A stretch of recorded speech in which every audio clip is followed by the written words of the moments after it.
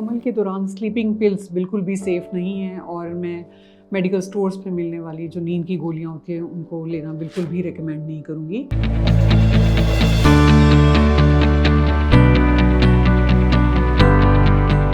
अस्सलाम वालेकुम, मेरा नाम डॉक्टर सबाहत खान है। मैं डॉक्टर्स हॉस्पिटल लाहौर में as consultant gynaecologist obstetrician and IVF consultant काम कर रही हूँ।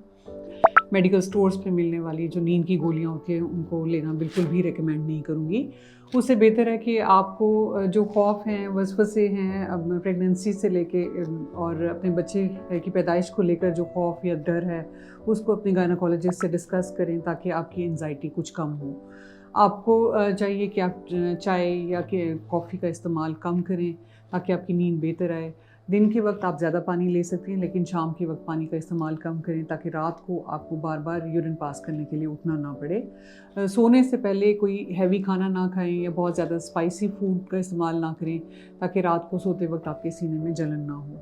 इसके अलावा आप सोने से पहले कोई हल्की फुल्की एक्सरसाइज, योगा या ब्रीदिंग एक्सरसाइज, जो रिलैक्सेशन एक्सरसाइजेस होती हैं वो भी कर सकती हैं। गर्म पानी से शावर ले लें तो उससे आपकी नींद बेहतर आती है। सोने से पहले कोई गर्म मशरूब जैसे आप गर्म दूध ले सकती हैं, वो आपकी नींद को बेहतर कर सकता है। और इसके अलावा आप अगर जब सोने का प्लान कर रही हैं तो कोशिश करें कि सोने से 2 घंटे पहले अपना मोबाइल स्विच ऑफ कर दें, इस्तेमाल ना करें क्योंकि उससे भी नींद डिस्टर्ब होती है। अगर फिर भी आपको नींद नहीं आ रही तो कोई किताब पढ़ना शुरू कर दें, उससे आपको नींद जल्दी और बेहतर आ जाएगी। शुक्रिया।